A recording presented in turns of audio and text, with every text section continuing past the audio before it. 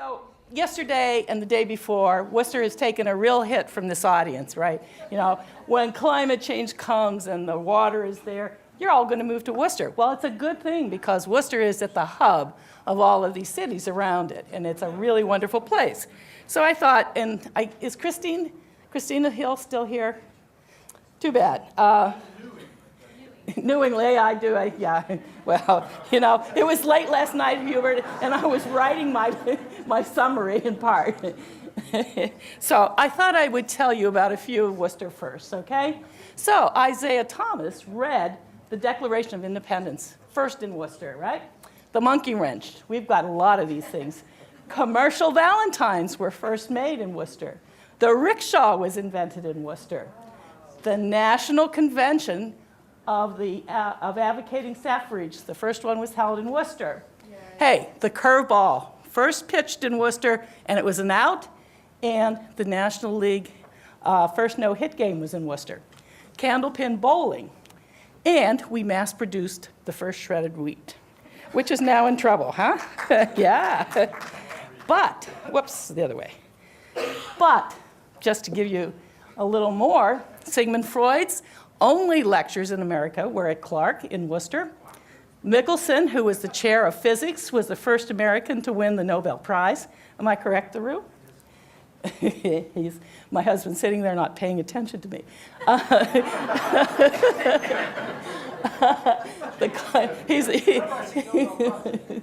The contraceptive pill was discovered at the Worcester Foundation for Experimental Biology. So all of you in Boston have Worcester to thank for that.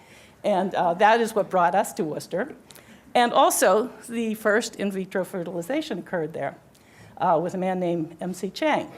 The home of the Hook pipe organ, it's a four keyboard, something like that, pipe organ, very famous because it's still in its original location, is at Worcester. It's also called the Worcester organ when you hear it on the radio.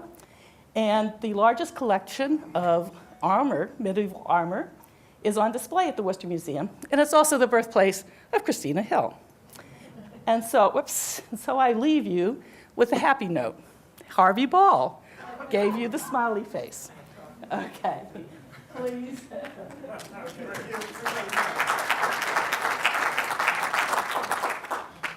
All right, and on that note, I think, first of all, my name is Brad Washburn. I'm the Assistant Director for the Massachusetts Office of Coastal Zone Management. We were happy to be part of the steering committee for this symposium, and I think as one of the moderators mentioned yesterday, we've covered a lot of ground in the first 2 days, talking about science and modeling, planning and design, green infrastructure, public health, and now we're moving on to one of the probably hardest nuts to crack, policies and politics. And we have 3 excellent speakers today from the federal, state, and nonprofit worlds that will talk about the challenges in terms of policies and politics, but also some great examples of successful policies that address not only mitigation, but adaptation as well. So without further ado, I'll introduce our first speaker. If you can hold on one second.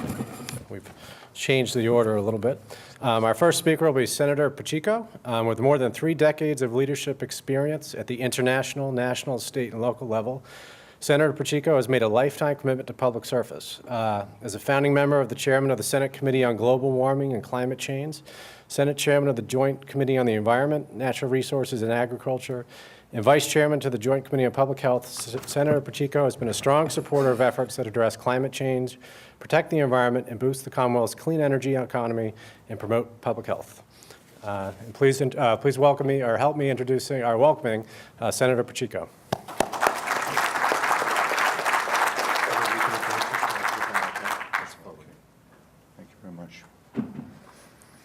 Thank you. I was just getting a little instruction as I got up to the podium as to how to do the slide presentation. And it's good I have that instruction because my staff can tell you I'm technologically challenged. But let me just begin by thanking you all so very much for putting the symposium on in the first place. I thank you very much, Brad. I thank my fellow panelists for being at this very important symposium. I think that climate change is the most important issue that we're facing in the world today, even though so many other issues come on the political scene. To me, this is not just an environmental issue. It's a public health issue. It's an economic development issue. It's a national security issue. It's all of these issues combined. And if we do not move forward as quickly as possible to do what we can as a society, we certainly will be, paying for it in the future. And future generations, unfortunately, will have a society and an economy in which they will have a very difficult time surviving. Every nation in the world shares the problem of climate change, as well as the burden of its consequences, and we must address, these threats together.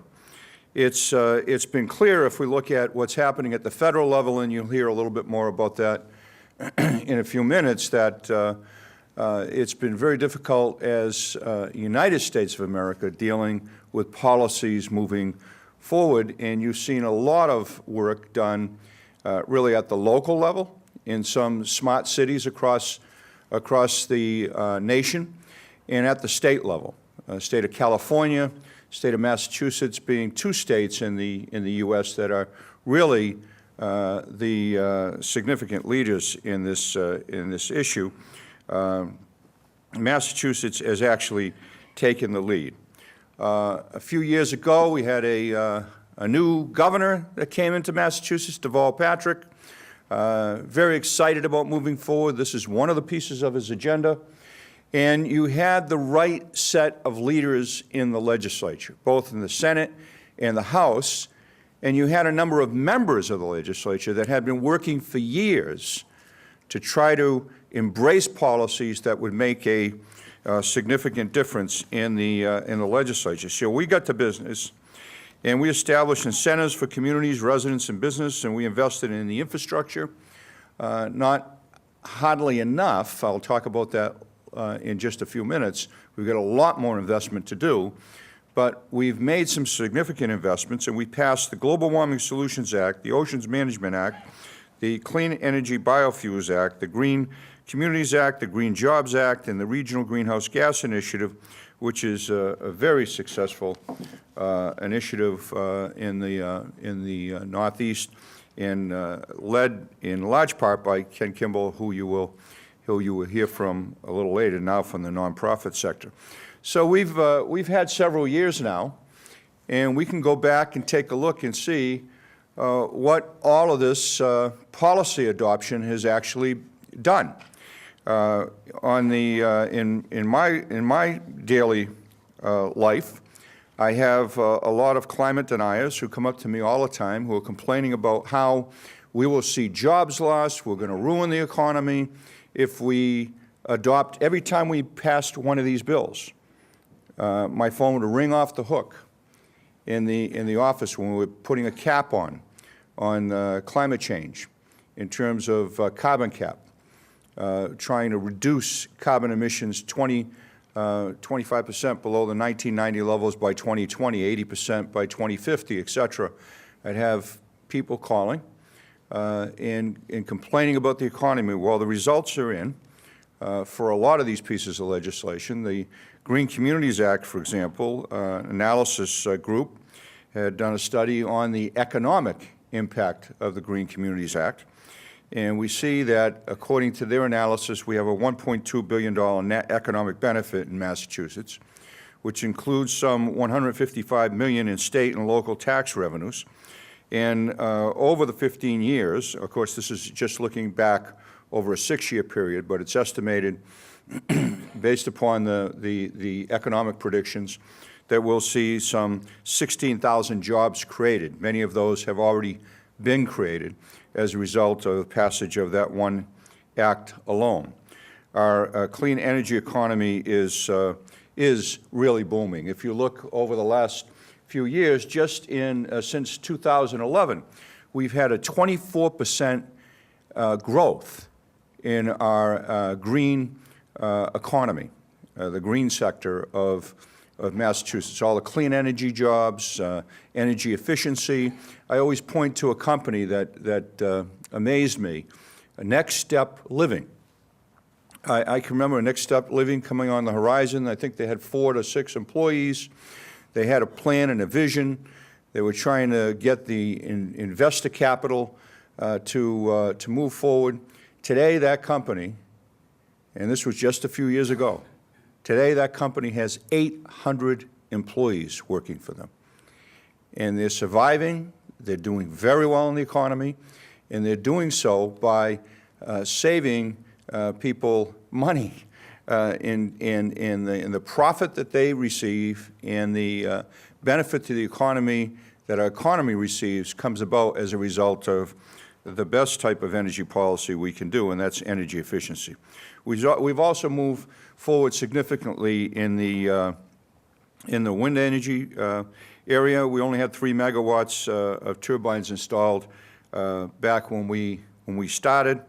In June of 2014, we had 103 megawatts installed. The goal now is 2,000 megawatts of wind installed by 2020, and we're well on the way to reaching that goal. Just yesterday, Governor Patrick and Secretary of Interior Jewell announced more than 742,000 acres off the coast of Massachusetts will be available for commercial wind energy leasing. It will be the nation's largest offshore wind energy area for commercial development. And it's good that it is, because we have a wonderful wind technology testing center here in Charlestown. They're doing work on the prototypes of the wind turbines, so that when these companies are going out to, before they go out into mass manufacturing, they actually know, because of the testing, that it is, it's going to work. Also, if you look in the South Coast area of Massachusetts, the Marine Commerce Terminal is the first port in the United States equipped to handle the deployment of offshore wind projects. It's the only one of its kind in the nation.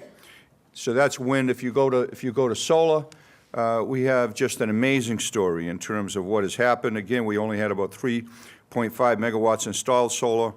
Now we already reached our goal for 250 megawatts in 4 years. Now we are up to 518 megawatts, and we are at a new goal of 1.6 gigawatts, or 1,600 megawatts installed by 2020. If you look at our history throughout the period of time, you can see the trend started around the same time that we started these policy incentives that were put in place, right? If you look back and you see around 2006, 2007, when the political leadership all lined up, which is very rare, especially in Washington, right? But very rare in most states. And what was not rare is it happens in California, it happened here, and this is part of the result.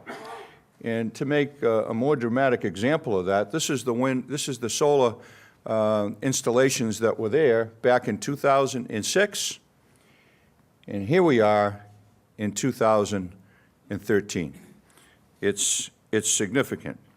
So the results are in that Massachusetts is now #1 in the U.S. in energy efficiency. We're #2 in clean energy technology, #1 in clean energy policy, same thing in clean energy investments. Throughout this whole time that I've worked on these issues, I had the opportunity to talk to a lot of venture capitalists, a lot of angel investors that were looking at investing in new technologies and new companies. And they saw, as we were doing these investments and we came together to adopt these policies, venture capital funds started moving actually from the West Coast to the East Coast and started to move forward because, okay, they're saying, we got a state that actually gets it and is going to move ahead, and we want to get in at the ground floor of the investment of this state. Now more than ever, it is important that we remain diligent in our pursuit of our clean energy goals in Massachusetts. We have so much more to do, even though our goals here and what we've done here has sort of created a domino effect between what has happened in California and in Massachusetts. If you look across the U.S., you'll see that there are portfolio standards in many, many states, except probably for the, if you look down at the southern part of the U.S., and if you're in probably 3 or 4 states across the Midwest. But other than that, you have something going on in most of the states, which is starting to drive some policy at the national level. And I am so, as a matter of fact, here's the national map from the Climate Reality Project that looks at the renewable portfolio standards that are in place and the renewable portfolio goals that are in place. Somebody's calling me, telling me that there's a mistake on it. No, I'm only kidding. So, it's extremely important, and I think this is why you've seen the Obama administration come out recently with the new EPA announced Clean Power Plan. I was so excited to see the administration move forward this, and our own Gina McCarthy out there talking about the need to make sure that we move forward and avoid the premature deaths that will take place, to avoid the child asthma attacks that will continue to take place. I think it was Ken Kimball that first brought this number to my attention, but Massachusetts alone saves well over $1 billion. Actually, it's heading north to $1.5 billion or so a year in health care costs, just because of when we get this rule actually implemented. It was tied up in the courts for a while, but once that's implemented, we will see significant public health care cost savings to the Commonwealth. And according to the EPA, climate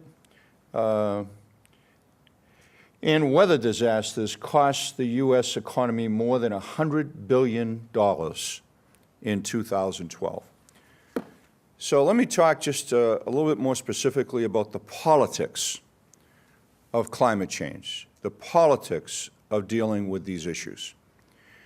We are already dealing with this in terms of budget choices. And we're dealing with it here in Massachusetts. Where should we put some of the public tax dollars? We have lobbies for education, for health care, in particular here in metropolitan Boston area. We have the health care institutions across the board. We have the educational sector, both public and private, all very interested in what we fund with your tax dollars. If we keep doing what we're doing and not planning for resiliency, not planning for adaptation, not planning for the things that could really cost us a lot of dough, we're going to be taking more and more money away from.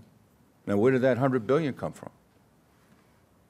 Well, it came away from other things that, I mean, there's certainly a budget in terms of emergency management at the national level, and at the state level we have a budget for it. But as the storms get more fierce and severe, and the weather patterns continue to change, as we move forward with some of the stress that we have not experienced before, the price tag goes up. When the price tags goes up higher than what we've paid before, that resource ultimately comes away from other resources. So education doesn't get what it used to, local aid doesn't get what it used to, et cetera. You can go down the whole list of whatever is important to you. This is the new number that is starting to show up on everybody's budget. And that's why from the Pentagon to the potluck supper, people are starting to talk about this issue because it is going to be an economic issue for families, for farmers, for everyone. So we need to take some more bold action here in Massachusetts. And that's why I have filed, along with a number of my colleagues, I've worked very closely with Mass Audubon on this and a whole coalition. The Urban Institute has been involved. There's a whole range of leaders, I'm sure, that are in this room today that have been involved with me to file an act providing for the establishment of a comprehensive adaptation management plan in response to climate change. And we also have an environmental bond bill that is pending.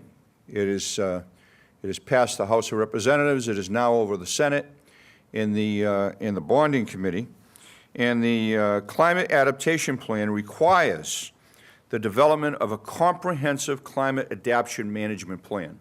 Now, some of you may be aware the governor announced, I think it was earlier this year, at the aquarium, his plan from the Patrick administration to move forward and implement an immediate look-see at the most vulnerable areas and try to shore up some of our assets and to make sure that we were prepared, because if you look at Hurricane Sandy, just up the coast a piece, if it was just a little different in terms of the timing, most of that damage that took place there would have been happening here, right within the city of Boston and other coastal communities here.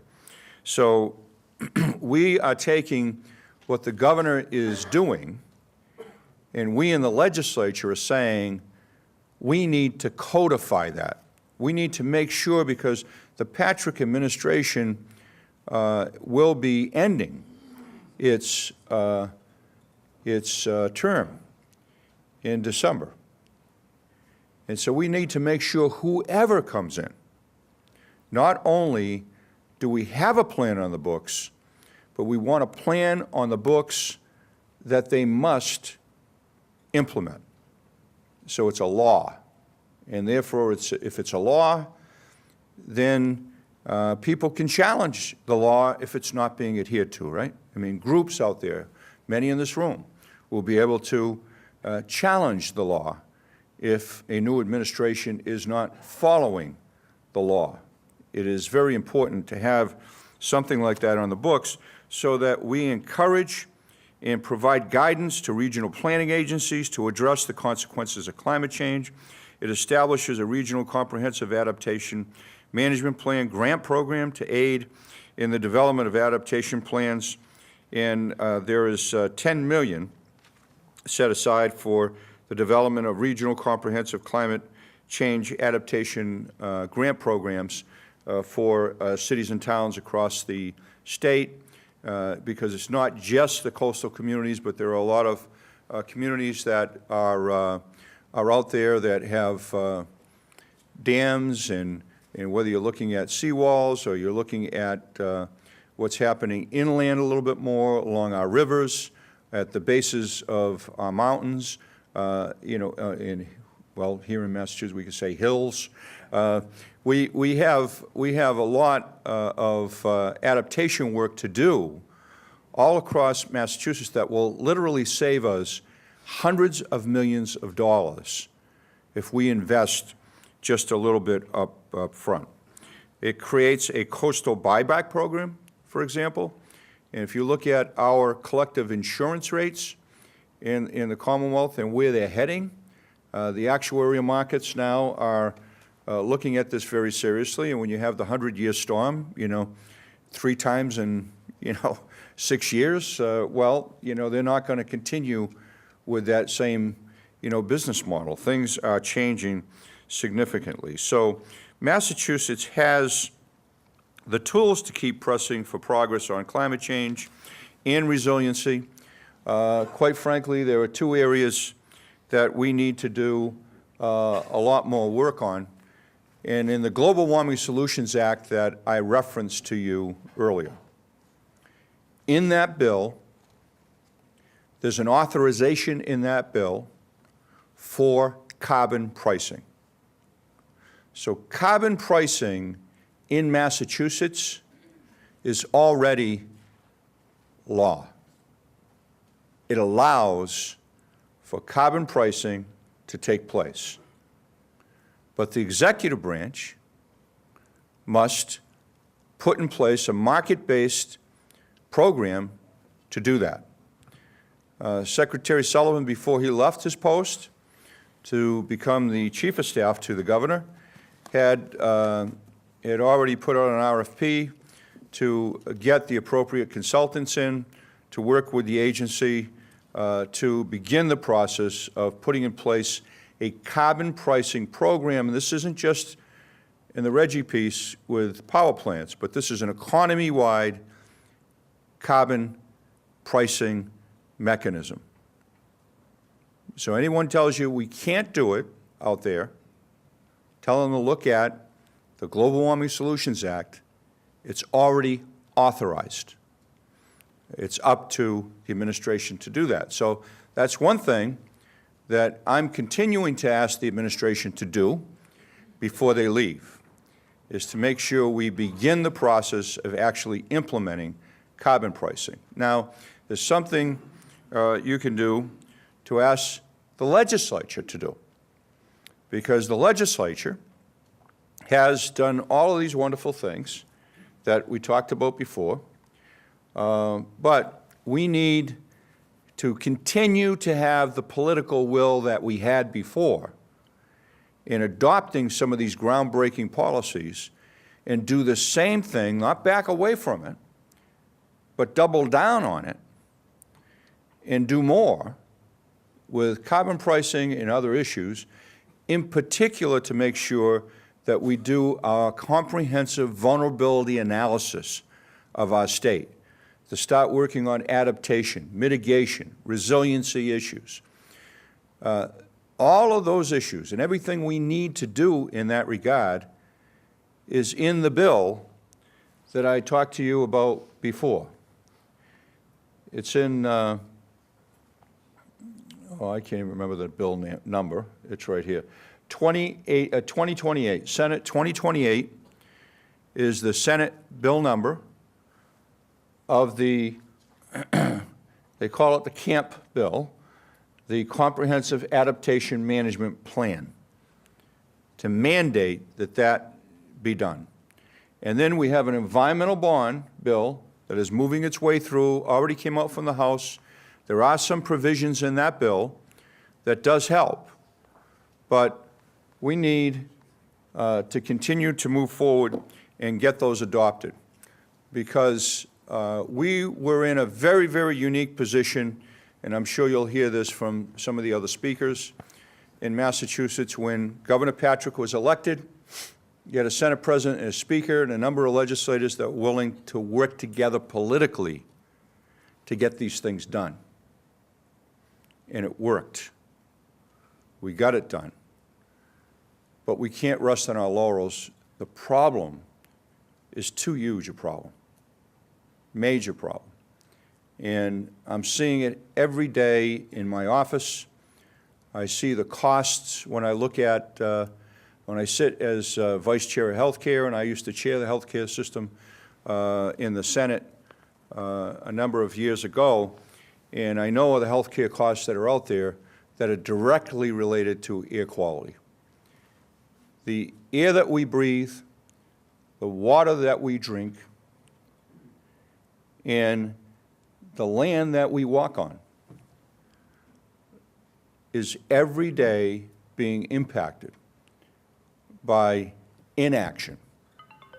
We cannot afford to continue to not do what we need to do as a society. I thank you very much for giving me a few minutes and tell you what we've been doing.